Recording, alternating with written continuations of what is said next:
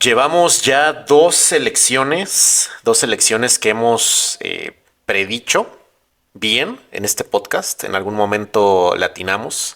Bueno, y ahorita voy a decir a qué me refiero con le atinamos, a que Claudia Sheinbaum iba a ser presidenta en México y ya por fin salieron los resultados de las elecciones en Estados Unidos. Si bien, digamos, no es como que el acto oficial, sí ya es oficial el resultado porque ya no hay ninguna forma en la que se pueda revertir la tendencia que hay ahorita, en que Donald Trump ya es el presidente de Estados Unidos. Como lo dijimos aquí en el podcast ¿hace cuánto fue? Hace como 3 o 4 meses, ¿no? Que dijimos, ¿saben qué? Trump va a ganar. O sea, lo que estamos presenciando es básicamente la misma pintura del 2016, pero hasta un poco más recargada. O sea, todavía con más probabilidad y se dio. Si ustedes consultaron ayer o siguieron por algún lado las elecciones en Estados Unidos, se dieron cuenta que todo el mundo durante todo este periodo de la campaña auguraba que la elección iba a estar pues muy reñida, ¿no? Y al principio sí lo fue así, sí pintaba que iba a ser así porque pues hay estados que están pactados, ¿no? Prácticamente Harris ganó en los bastiones republicanos, ¿no? En lo que es la costa oeste, California, Oregón, Washington y Hawái. Ganó Colorado, ganó Nuevo México, ganó parte de la costa este, que son pues, prácticamente las 13 colonias, pero no ganó donde se pensaba que iba a haber como este empate técnico casi, ¿no? Entre Trump y Harris, que era, por ejemplo, Georgia, Carolina del Norte, Pensilvania siendo el estado más importante para esta elección que pasó, porque por sus 19 votos electorales. Si alguien no sabe qué son los votos electorales, por ahí justo en el episodio anterior, y si no mal recuerdo, dos antes de ese, donde hablamos de elecciones de Estados Unidos, explicamos a Isma y yo más o menos cómo funciona el sistema electoral en Estados Unidos, pero básicamente Pensilvania era muy importante porque quien lo ganara le ponía las probabilidades al otro contrincante, pues así, probabilidades ínfimas, probabilidades muy chiquitas de poder ganar, y pues eso fue lo que sucedió, pero Trump ni siquiera lo necesitó. O sea, a medida que fue avanzando el resultado del conteo de las boletas en Estados Unidos, Trump iba ganando terreno como esta ola roja por todo el medio oeste, digamos, el Midwest. Ganó en Texas, ganó en Florida, cosa que había perdido Florida en 2020 contra Biden. Básicamente, al ganar Pensilvania, casi que selló lo que ya se veía inevitable. Trump ganó la presidencia y aquí pues vamos como que a comentar un poco de la parte, sí, de cómo vimos las elecciones, pero también vamos a tratar de traer un poco a la audiencia, a ustedes, qué esperamos, ¿no? De este nuevo trumpismo. No es el mismo Donald Trump de 2016, Isma, y creo que has de estar de acuerdo conmigo en que no es el mismo. Donald Trump viene después de hacer 4 años casi de campaña durante la presidencia de Joe Biden. Viene pues de este contexto ya post-COVID, donde la economía está en parte, por un lado, está reactivada la industria, pero por el otro, la inflación está tremenda. Viene con un vicepresidente que ya no es Mike Pence, que ya no es pues, que cero a la izquierda, casi, ¿no? Como lo llegó a hacer Mike Pence, solo ayudaba un poquito a la narrativa del movimiento MAGA. Ahora ya trae a alguien que está protagonizando pues bastante, que protagonizó bastante su campaña y que seguramente va a protagonizar durante su periodo, que es J.D. Vance, el que va a ser el nuevo vicepresidente de Estados Unidos, un vicepresidente joven, un vicepresidente estudiado, de orígenes humildes, la verdad, pero letrado, digamos, de buenas universidades, Ivy League. Entonces, está muy interesante este nuevo trumpismo y está muy interesante también saber que llega en el momento en que la humanidad, bueno, no la humanidad, sino Occidente, en que los gobiernos de Occidente necesitan todavía más a Estados Unidos, digamos, para la persecución de sus intereses ante pues potencias revisionistas, potencias que están surgiendo, sobre todo de China en cuestión, digamos, económica y militar y política y demás, en Rusia en cuestión militar allá en Europa con el conflicto en Medio Oriente que pues nadie ha podido resolver. En este contexto, pues Occidente necesitando a su aliado más poderoso, que es Estados Unidos, pues ahora la tiene que pensar dos veces. Ya salió por ahí, si no me equivoco, fue Ursula von der Leyen a dar un mensaje de que Europa tiene que buscar la forma de arreglárselas sola prácticamente para sus propios intereses europeos.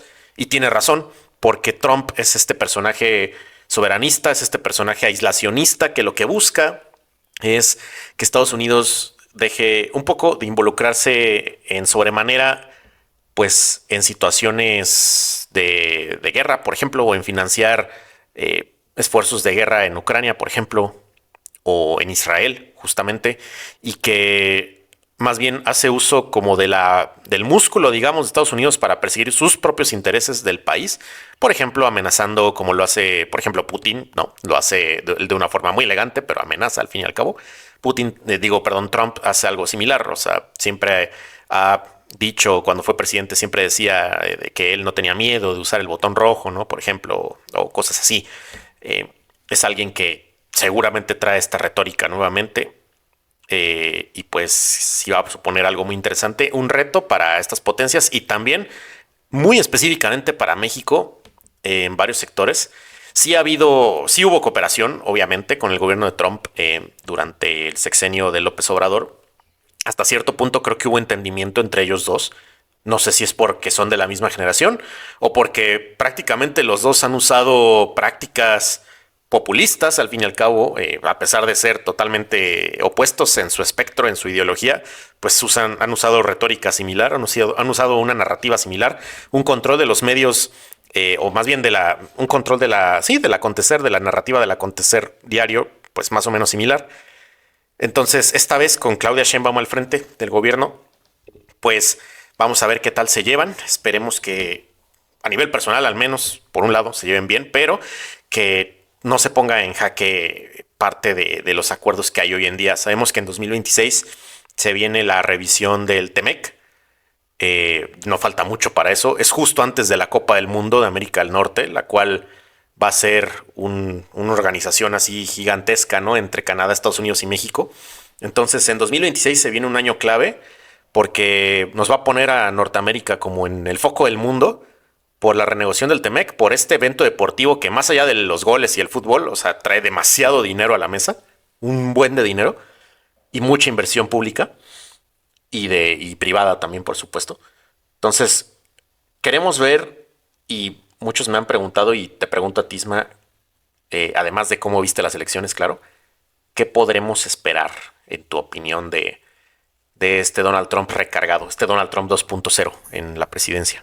En mi opinión, podemos esperar cualquier cosa, y no lo digo banalmente, sino que podemos esperar que pase lo que pase, ahorita la legitimidad está de su lado. Porque la forma en que ganó, realmente por barrida, de alguna manera podemos decirlo así, podemos ver el mapa electoral, cómo quedó configurado, fue una sorpresa para propios y ajenos la cantidad de estados que arrasó. La forma tan cómoda en que algunos se los llevó, otros un poco más apretado, lo que cada quien pueda interpretar para sus adentros, lo que son esos porcentajes. Pero la realidad es de que se vio que hubo una gran cantidad de población que normalmente no vota y fue a votar, o al revés, que precisamente vota, siempre ha votado, pero en esta ocasión decidieron no apoyar a Kamala Harris. No hay forma de explicar cómo es que él arrasó. Tuvo que haber desmontado una parte de la base, digamos, demócrata o de los tradicionalmente demócratas en algunos puntos geográficos del país. poco satisfechos con la actual administración, con algún tema, quizás son demócratas mucho más conscientes sobre temas de la guerra. Recordemos que en esta administración, pues digamos, se apoyaron de forma activa, financiera, económica, materialmente, discursivamente, retóricamente, pues los conflictos que hoy están, digamos, activos y están en una escalada inminente. ¿Por qué inminente? No porque estén en un estado, digamos, crítico, ¿no? El día de hoy, sino que son de tal volatilidad que cualquier acción, digamos, pasada de lo que es la línea roja, ya delineada entre esta dialéctica de guerra entre las partes, se vuelve un polvorín. O sea, eso es un polvorín que simplemente está latente. Tú no puedes llamar que eso está bajando de nivel en cuestión de lo que es el nivel de volatilidad, el nivel de fuego que puede traer cualquier acción, porque estamos hablando ya de un tema de la antesala del conflicto nuclear, literalmente. O sea, ya es la última línea. Y Sí, la gente, sí, digamos, que está asustada, por un lado, hay gente que está literalmente negada a que sus impuestos sean utilizados para financiar armamento, capacidades militares, más todavía de países ajenos que no corresponden al propio ejército de los Estados Unidos y sus capacidades militares. Entonces, yo he platicado con personas donde aquí donde vivo, evidentemente hay un bias, hay un sesgo cognitivo, porque vivo en Texas, porque vivo en un área rural que es altamente republicana. Sin embargo, sí encuentro dentro de la gente común, por decirlo así, un muy buen espectro de, de trompistas que tienen un pensamiento crítico. O sea, la gente regularmente quiere catalogar de un lado o del otro, siempre en los partidos políticos, en las oposiciones y también en lo que es el oficialismo, una suerte de caricaturización del contrario, ¿no? Porque es más fácil poder decir que tú eres blanco y yo soy negro. Y partiendo de ahí, pues yo me pongo una playera que diga que tú estás mal y tú te pones la otra donde dices que el que está mal soy yo. Y ese es el diálogo, ¿no? Y es un diálogo bien pobre, marginal, porque la realidad es de que el diálogo tendría que ser mucho más enriquecido, tendríamos que estar discutiendo cosas, y esto lo hablo a nivel general como población global. Veo un detrimento de la capacidad dialéctica de la gente a la hora de opinar, a la hora de establecer un debate político ciudadano, no digo que especialista o académico, pero sí de saber cómo funcionan las cosas, a dónde se van tus impuestos, eh, por qué apoyar esto o no en cuestión de una política pública mínima, de dónde se aplica el tema de tus impuestos si es que estás pagando por ciertos servicios y tendría que regresar de alguna manera a tu vida para elevar tu nivel de vida y de los tuyos, de tu gente y en general del país, o de los más vulnerables, o etcétera. Y lo que hemos visto de manera progresiva con los dos partidos, pero esto es un tema endémico, digamos, ya del sistema de los Estados Unidos, es que cada vez más hubo una fragmentación del sistema de salud que es realmente no bueno aquí, es un poco deplorable. Hay mucha gente que va a México a atenderse, no porque les guste tanto ir y venir, sino porque es mucho más fácil, mucho más barato atenderse en México que incluso pagar con todo y seguro aquí alguna operación o alguna intervención médica. Evidentemente no todo el mundo puede hacer ese viaje, no todo el mundo lo tiene que hacer, pero mucha gente que realmente no tiene para poder pagar, ¿no? Con sus cheques de pensión, pues el día a día dice, pues mejor voy a hacer un ahorro para que cuando algo pase le corra para México, ¿no? Y vemos, o bueno, me tocó ver que los últimos 2 años la canasta básica de alguien pues que come, como todos los seres humanos, cosas normales, ni siquiera digamos elementos de la alta cocina, etcétera, se vieron de verdad sufriendo, tratando de llegar al fin del mes. Mucha gente, tengo un hermano en la universidad, muchos de sus amigos decidieron no ir a la universidad porque no querían adquirir una deuda que nunca van a poder pagar. Se fueron a la escuela de oficio, que no tiene nada de malo, de hecho muy inteligentes, en 2 años van a empezar a hacer lo que mucha gente después de graduar no va a encontrar, que es un empleo bien pagado como plomeros, como mecánicos, como cerrajeros quizá, o como soldadores, y fueron a una escuela de oficio, lo cual en Estados Unidos es muy bien pagado, no tiene todo este fanciness, ¿no? Como de ser alguien que está realmente dedicado al ejercicio profesional, de una maestría, de una carrera, un doctorado, pero efectivamente a la hora de los golpes económicos, pues es la gente más fluida, porque es la gente que literalmente, pase lo que pase, va a tener siempre una chambita que hacer, como decimos en México, pero contrario al servicio muy mal pagado a veces en México en cuestión de oficios, la gente acá tiene muy buenos, digamos, tarifas de cobro, porque te cobran la vuelta, te cobran el material y prácticamente doblan el precio de lo que es el material a lo que representa su mano de obra. Y van tirando para adelante, ¿no? Pero evidentemente también esa gente se dio cuenta, porque históricamente esas personas fueron las que después dijeron quiero mandar a mis hijos a la universidad. Y esas personas ya no pueden comprar ese discurso hoy activamente a través de su dinero. Y porque ya no ven que haya un futuro muy promisorio para sus hijos que estén recién graduados, me imagino que más o menos lo mismo pasa en México. Mucha gente sí está activamente trabajando, nunca sufrió desempleo, pero muchos otros lo hemos pasado por pocos periodos, por largos periodos, porque no te acomodas en donde estabas, porque hay un sistema que no funciona en cuestión de las capacidades que tú das y lo que hay en el mercado y te tienes que mudar y entonces te mudas, pero el sueldo no es suficiente en tal ciudad porque es mucho más caro. Y se vuelve algo muy complicado para la gente joven, que yo reconozco, y eso es algo que comentaba hace unos meses, que había una suerte de, pues, de hartazgo. Hay un hartazgo, hay una forma muy evidente como de eh, resentimiento, claro, de parte de la gente que normalmente en Estados Unidos se le llamaba la clase trabajadora y clase media, ¿no? Que estaba buscando pues salir adelante y que hubo un momento en donde ya las personas dijeron, oye, pues ¿cómo le voy a hacer? Y tuvieron que empezar a reducir, ¿no? Tuvieron que empezar a reducir su calidad de vida, sus expectativas.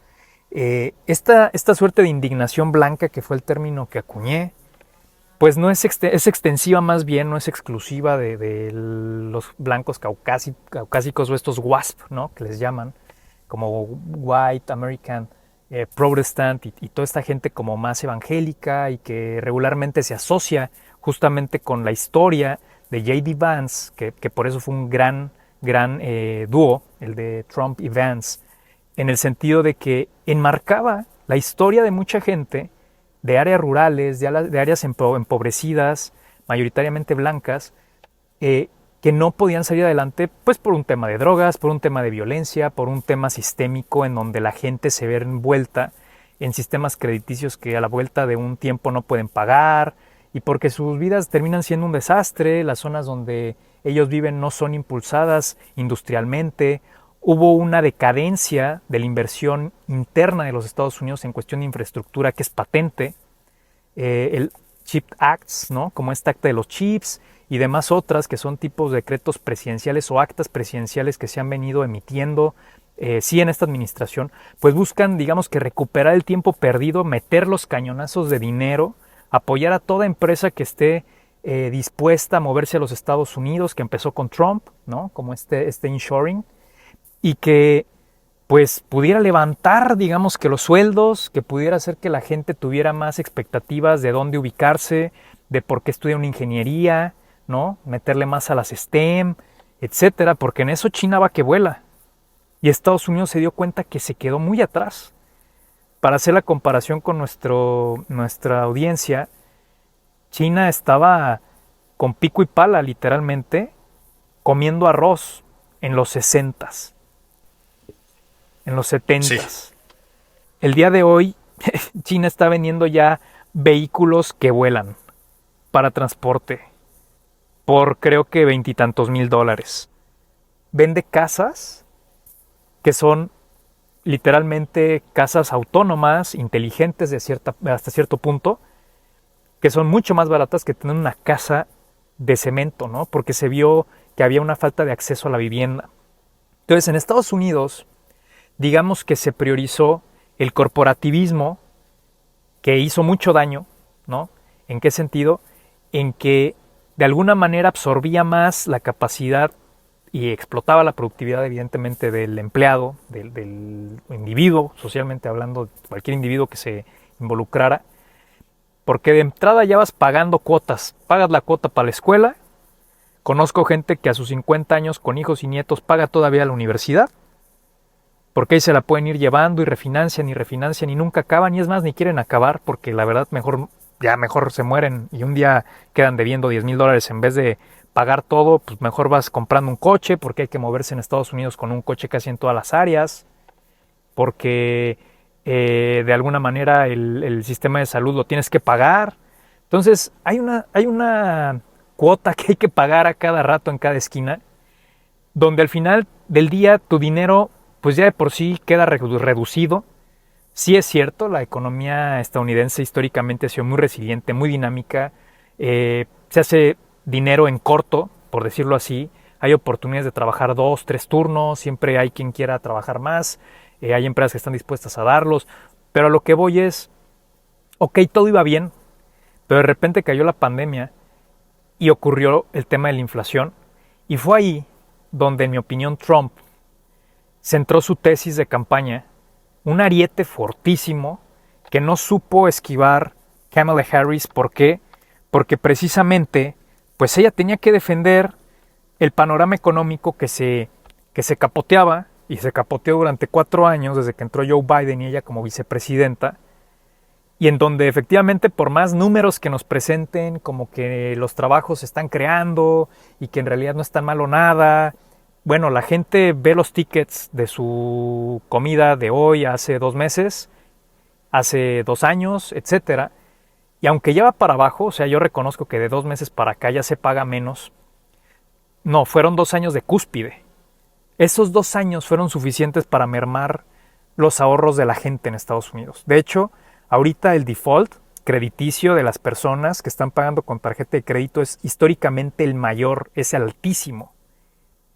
Hay una burbuja ahí financiera de deuda, micro, en el sentido de los microcréditos, de una tarjetita que debo aquí $100, acá debo 500, pero no vas a terminarlos de pagar, porque debes la escuela, porque te enfermaste y debes una consulta, porque tu sueldo del mes se fue nada más en eso, y entonces ahora hay que endeudarse pues para poder pagar el hoyo, ¿no?, que se abrió.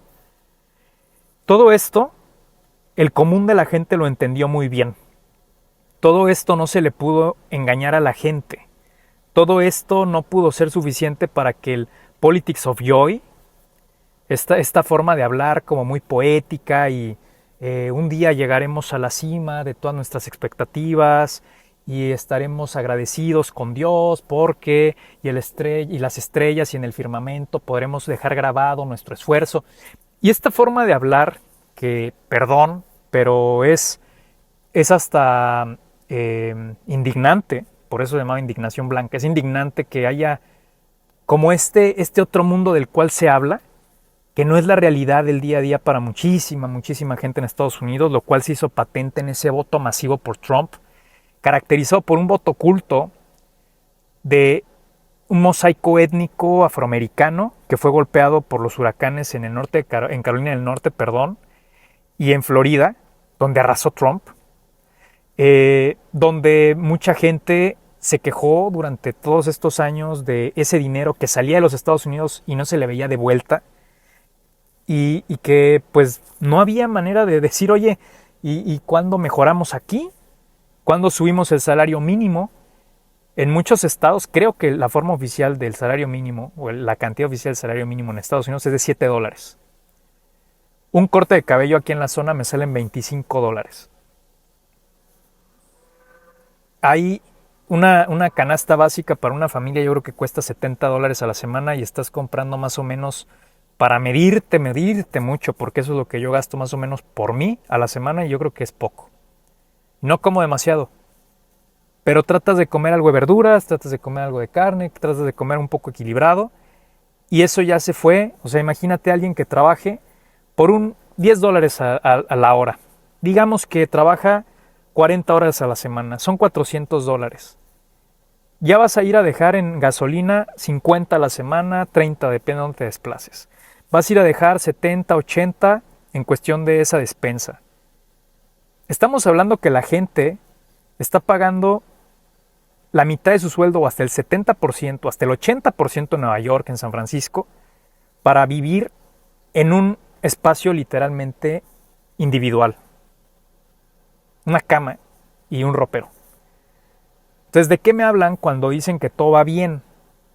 Evidentemente, el voto no fue trucado. No sé si hubo intentos de un lado o del otro, seguramente hubo anomalías, como ocurre siempre en cualquier elección donde se pugna por mucho, pero no hubo la base jurídica, o al menos legítima, para que Kamala Harris saliera y dijera: ¿sabes qué? Nos vamos a resistir, aquí hubo un fraude, hubo injerencias, y va a haber un camino, sí, legal de recorrido para tratar de bajar esa cantidad de votos. ¿Para qué? Digamos, para salvar la cara de los demócratas. Es la realidad.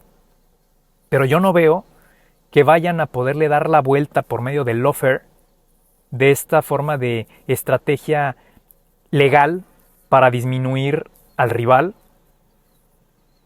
que sea efectiva como para poder decir: ¿qué crees? Te vas a quedar sin la presidencia. Yo ya lo veo muy difícil.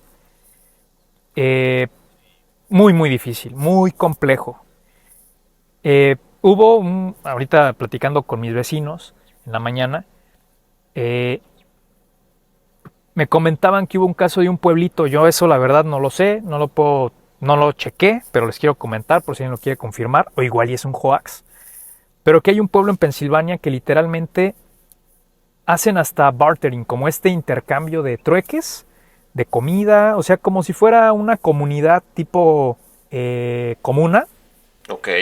Y que nunca habían ido a votar, jamás. Eran como una pequeña comunidad fuera del espectro de las leyes, entre comillas, lo legal. Será una comunidad religiosa como aquí, que de repente salen cosas muy raras y que hay hasta sectas, y no sé.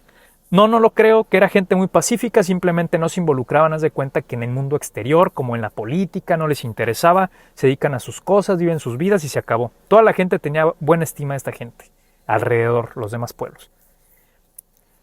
Al parecer fueron los policías, les quitaron sus cosas, que ellos no pueden estar comerciando a manera de trueque, porque esto está como impidiendo el Estado de Derecho. O sea, vimos ahí una ardilla que entraron y mataron de alguna manera, un Peanuts o no sé qué, en Nueva York, al parecer con un influencer. O sea, cosas salidas de proporción, en donde dices: oye, ¿esto es donde se está yendo el dinero? Esa gente, la reacción de esa gente en Pensilvania, ¿sabes qué fue?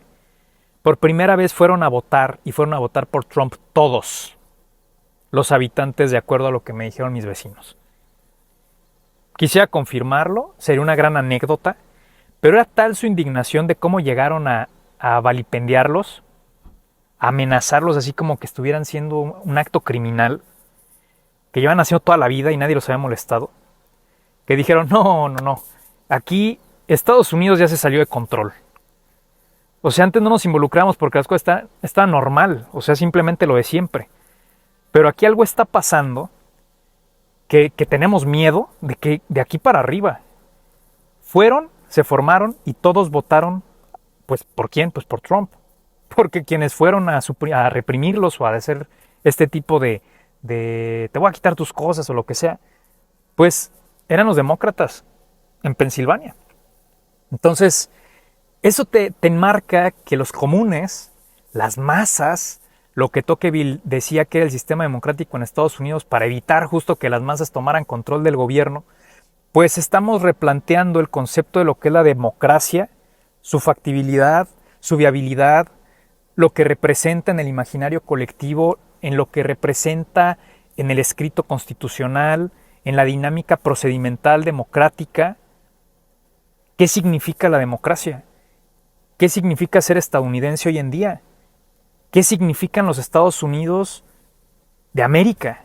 Y creo que esto fue el punto clave donde Trump dijo, aquí voy a pegar y voy a pegar con todo en este ángulo. Y le atinó.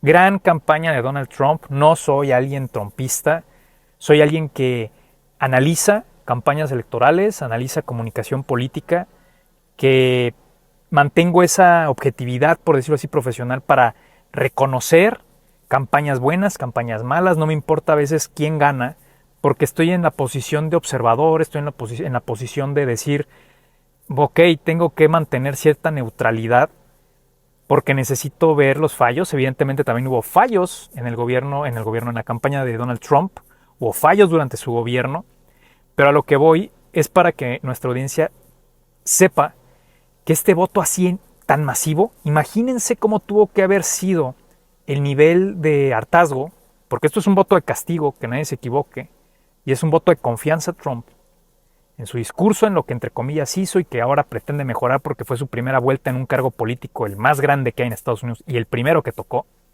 para decir, órale va, pero además porque ya no aguantamos a estos, ya no podemos, esa es la realidad. Y entonces, imagínense el nivel para que todo lo que puede representar el señor, su political, digamos que, pues su no corrección política, la forma en que se expresa de las mujeres, su misoginia, su xenofobia, que mucho de eso es real quizá, yo no lo sé, no lo conozco de forma personal, no conozco los escándalos, yo no estoy en los espectáculos, digamos, de la gente. Pues debe de haber algo que suene porque el río, pues agua lleva, ¿no? Pero por otro lado, la gente dijo, ok, o sea, yo necesito sobrevivir, yo necesito darle comer a mis hijos, yo todavía tengo esperanza de que un día ellos tengan una casa, una familia, que si se enferman alguien los atienda, que nadie les diga que tienen que hacer tal o cual, o de repente les estén suministrando disruptores hormonales, ¿no? Porque esto también es un tema que pocos se cuestionan, o sea, a veces damos mucho hilo libre a la agenda woke, pero también hay muchas cosas que dices, oye, güey, una persona tan pequeña, no tienes mucho de dónde tú formar una personalidad, hablando psicológicamente, psiquiátricamente, tienes una formación de identidad sexual incluso, de exploración sexual durante tus primeros años de vida, donde las hormonas apenas empiezan a funcionar y de repente te pueden a decidir si quieres ser esto o aquello porque tú te autodefines. Pues perdón, me parece muy complicado, incluso yo pienso que resulta para quien sea muy complicado elegir una carrera a los 18 años. Y estás en tus plenas facultades, ¿no? Sí. Ahora imagínate algo tan definitivo.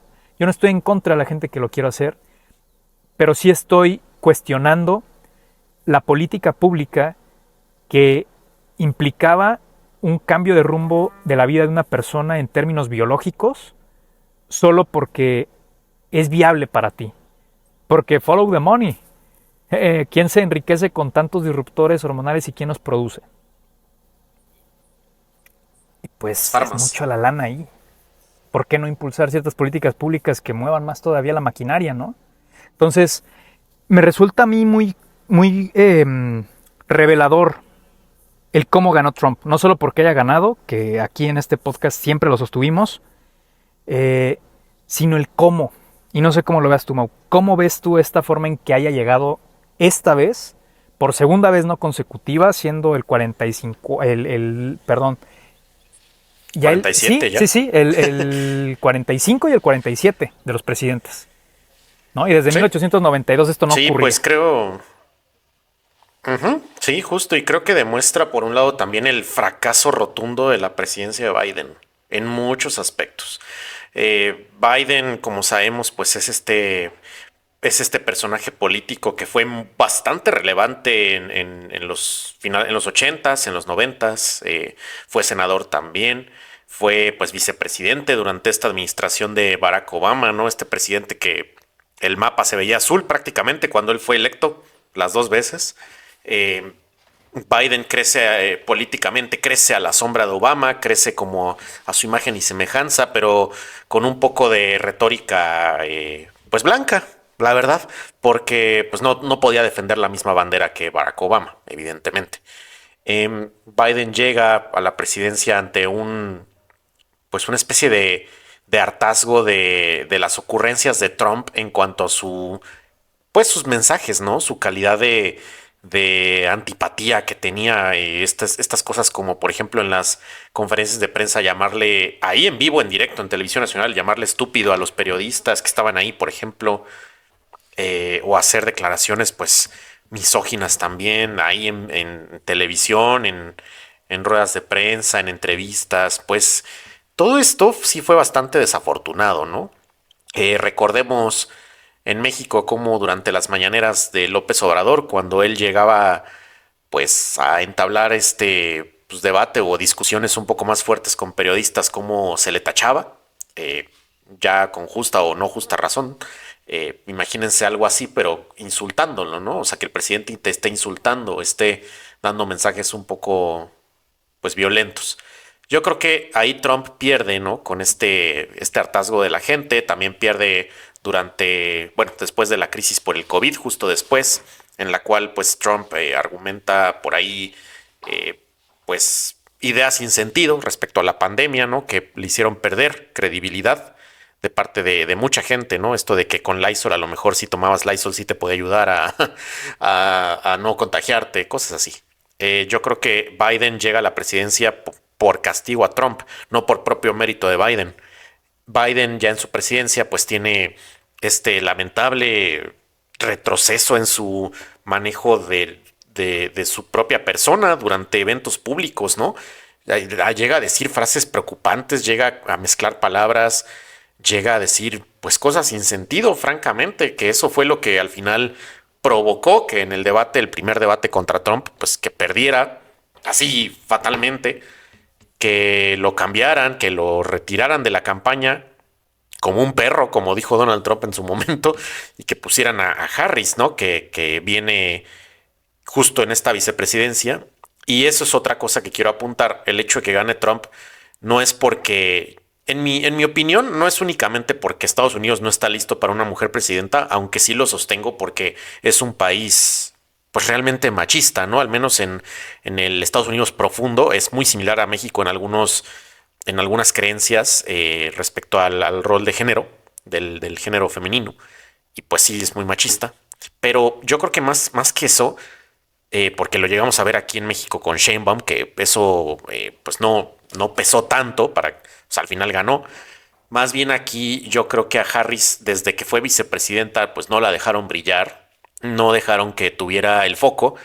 Eh, yo creo que por un lado también sabían un poco esta, pues esta habilidad que tiene Harris como para tratar de desviar la atención de los temas.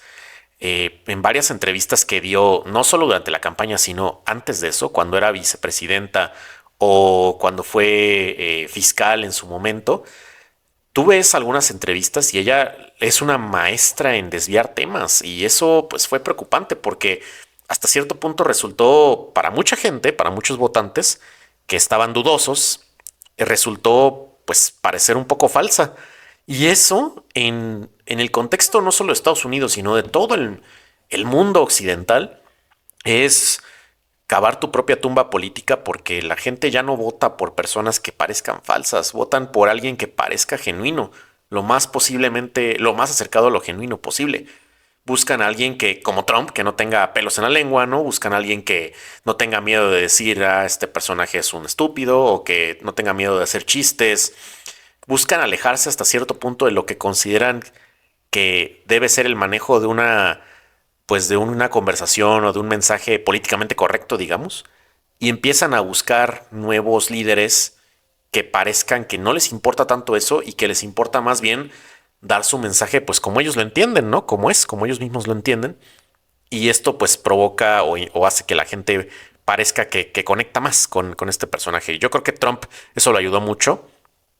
Yo lo que estoy viendo es que ganó, más allá de que ganó, obviamente sí ganó un viraje económico, ¿no? La idea de un viraje económico, la idea de un viraje de política tanto exterior como doméstica, como bien dices, pero también ganó esta ideología de mi mensaje o mi privilegio como personaje blanco en este país, como persona con privilegios, como hombre blanco, por ejemplo, como hombre blanco en Michigan, por ejemplo, que he perdido pues un montón de dinero porque mis trabajos se los están pasando, deja tú a otros países, a otros estados adentro de la Unión Americana, ¿no? De donde hay más migración, por ejemplo.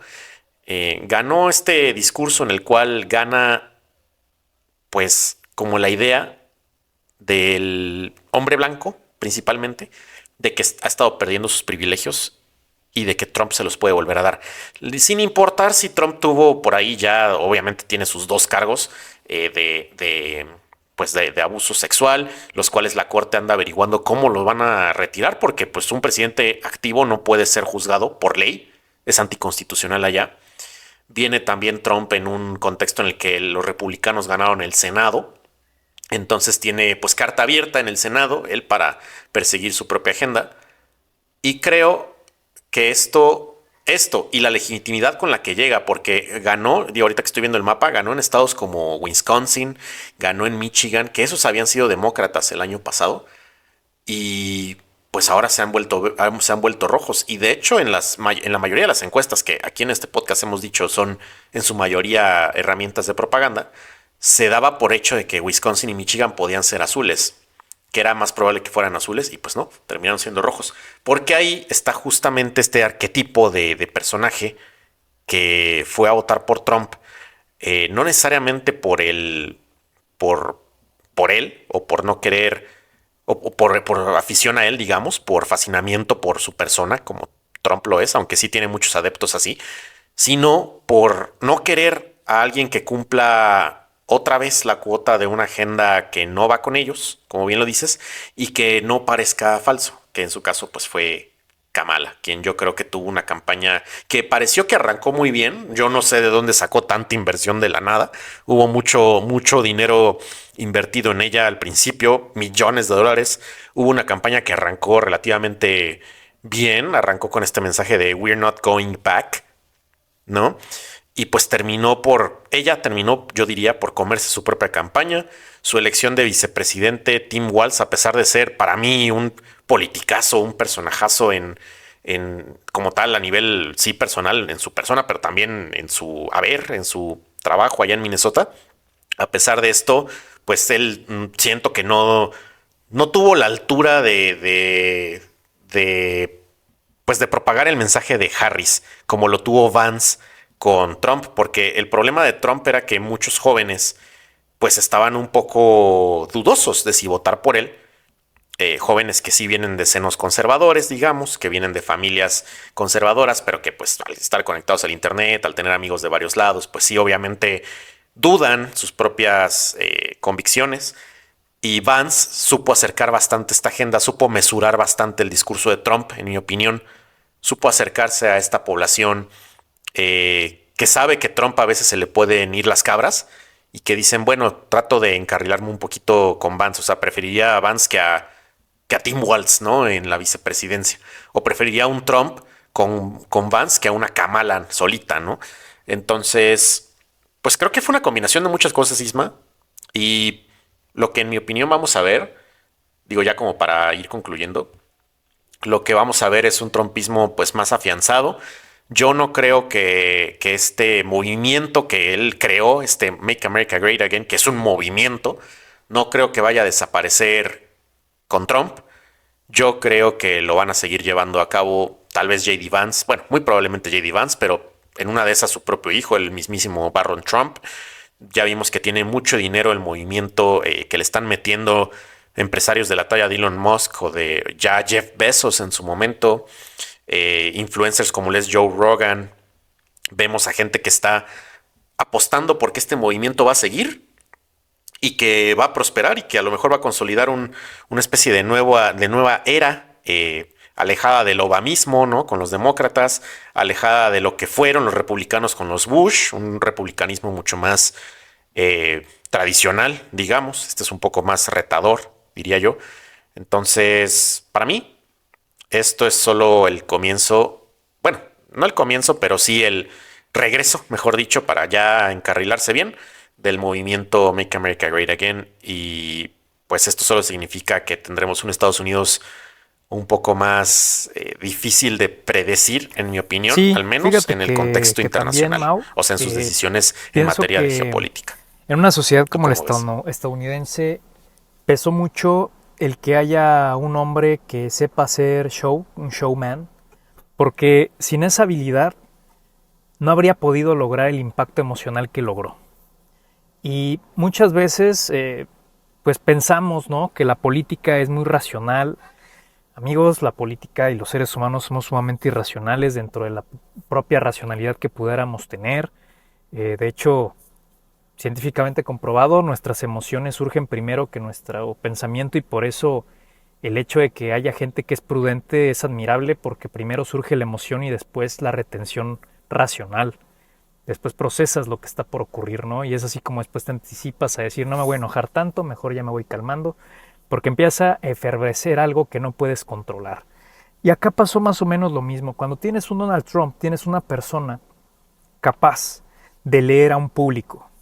Tienes una persona cómoda, siendo el centro de atención, un señor bastante elocuente que sí, ya tiene sus 78 años, 80 años, no estoy muy seguro. Evidentemente ya está más grande de lo que pudo haber sido en la primera vuelta, pero me parece que es una persona que todavía tiene, digamos que el sartén por el mango en cuestión de lo que quiere proyectar, de que conoce muy bien la base que formó, que como él bien decía, y yo creo que eso pues no era alarde, que es el movimiento político más importante que va a surgir en las próximas, pues en los próximos años. Yo no sé si cuánto va a durar, décadas o no, pero yo creo que sí es de reconocer que es un movimiento similar a lo que fue el momentum de Obama.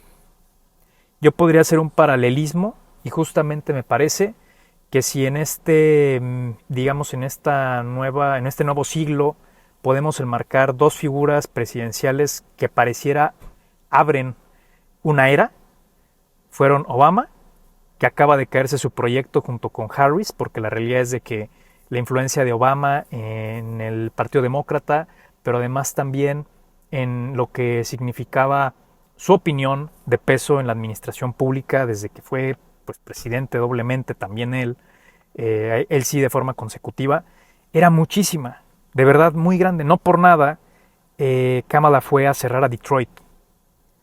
El peso y la influencia de los Obama es muy grande en los Estados Unidos, sobre todo evidentemente en los demócratas y en Chicago. Eh, pero a lo que voy es, en ese paralelismo, Trump está inaugurando una nueva era política, no digo que de los Estados Unidos, y eso habrá que verlo, pero sí política en cuestión social, en cuestión de lo que es un nuevo movimiento que demanda ciertas cosas, que está entregando, digamos, que la estafeta a un presidente con todo el poder que eso representa, con la Cámara, con la de, perdón, con el Senado. Ya no sé si con la Cámara de Representantes, yo eso la verdad ya no lo vi, si ya quedó listo o no, pero iba ahí como pues a llevarse el carro completo prácticamente. Y eso es mucho, o sea, es mucho en un país donde hay tanta diversidad. Que en un país tan diverso, con tantas culturas, tantas religiones, siendo sumamente heterogéneo, porque pues finalmente sí lo es Estados Unidos, es muy heterogéneo, hay gente que llega aquí a vivir apenas como residentes a sus 50 años y tienen su propia cultura, su propia historia, ya sus nietos van a nacer aquí, pero ellos ya van a ser estadounidenses, incluso ya van a perder la lengua madre, etcétera. Pero es una cuestión, pues sí, el melting pot, ¿no? Le llaman. O sea, el tarro este como de mix, de una mezcla, ¿no? De culturas, una mezcla de religiones, una mezcla de opiniones y de fundamentos y etcétera. Pues bueno, pareciera ser que llegó un señor que logró consolidar todo eso que parece tan disperso en el objetivo de que a la gente le vaya mejor. ¿Cómo lo va a operar? ¿Cómo es que esto va a ser operable? ¿Cómo lo va a operativizar el Estados Unidos desde, pues, digamos que las herramientas gubernamentales o estas estructuras gubernamentales? Habrá que verlo. Todo esto lleva una inercia, entonces pasa lo que en cualquier gobierno, oye, a los 2 años no, que ibas a cambiar todo. Trump va a tener que ser muy hábil, muy astuto, y creo que también por eso se supo rodear de Elon Musk, de Joe Rogan, para poder decir, tengo ecualizadores sociales de los cuales puedo disponer como voceros no oficiales de la Casa Blanca y de mi administración. Es muy inteligente esa estrategia de comunicación. Tener ecualizadores sociales en ese nivel de personajes que son pues admirados, donde tienen un fandom, donde también tienen a sus odiadores, etcétera. Es muy interesante ver cómo en Estados Unidos eso pesa mucho. Pesa tanto que en cada entrevista desde que Elon Musk se sumó a la campaña, Trump lo repetía y lo repetía en cada entrevista, alabando a Elon Musk, y miren cómo con su SpaceX, yo no sé cómo funciona, pero tienes tanta capacidad que el satélite llegó y en la base y la nave, y yo amo a Elon Musk y él me ama a mí. ¿Por qué? Porque es una transferencia de capacidades. Porque es el efecto halo en donde él me transmite unas cosas y yo a él, y se las extendemos a ustedes y ustedes a nosotros. Es un puenteo social y psíquico o psicológico, emocional. Muy inteligentes, muy inteligentes los que están por llegar a la Casa Blanca. En mi opinión, ya para cerrar, vamos a ver cosas muy diferentes, en mi opinión. Vamos a ver otras cosas que no van a dejar de ser las mismas que ha hecho Estados Unidos desde su concepción, porque algo que tenemos que entender es que Estados Unidos pues es un país dominante, es un país que está en conflicto, como bien decías, Mau, que tiene algunos rivales, donde ya incluso el Pentágono salió a admitirlo de alguna manera, con algún representante o ex representante, no estoy seguro, donde decían que pues sí, que ya hay una tripolaridad sin orden, ahora sí que de preponderancia, China, Estados Unidos y Rusia. En diferentes áreas, en diferentes sentidos, pero aquí ya hay 3 jugadores grandes que van a dictar cómo se va a reorganizar el escenario global. Y me parece que los 3, no por nada, son personajes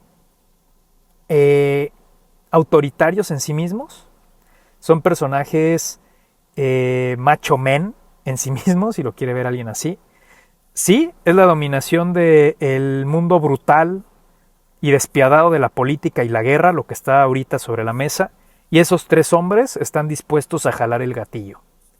Y con eso cierro.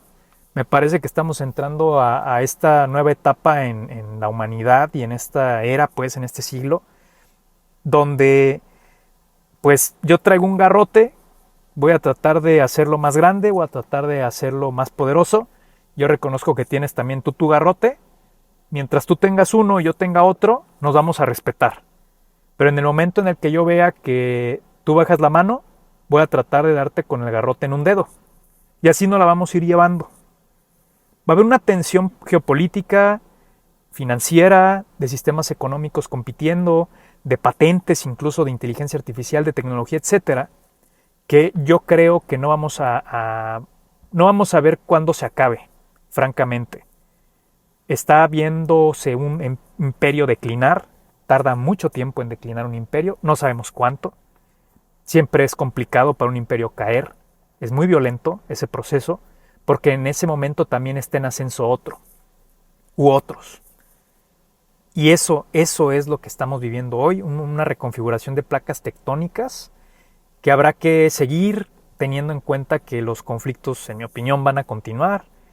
Va a haber esfuerzos, pues quizá, sí, por reducir la tensión de una escala nuclear, pero esa tensión que les acabo de mencionar, esa competencia férrea, acérrima, feroz, no se va a ir a ningún sitio. Quizá la podamos disfrazar, quizá podamos no verla a manera de guerra híbrida, a través de ciberataques, a través de muchas otras cosas invisibles para el ojo del ciudadano común como nosotros, pero están ahí y están ocurriendo todo el tiempo, lo veamos o no. Y con ese último comentario, pues es momento ya de cerrar este episodio de Calabozos y Dragones. Nos vemos en el siguiente episodio. Gracias por escucharnos. Nos vemos. Bye.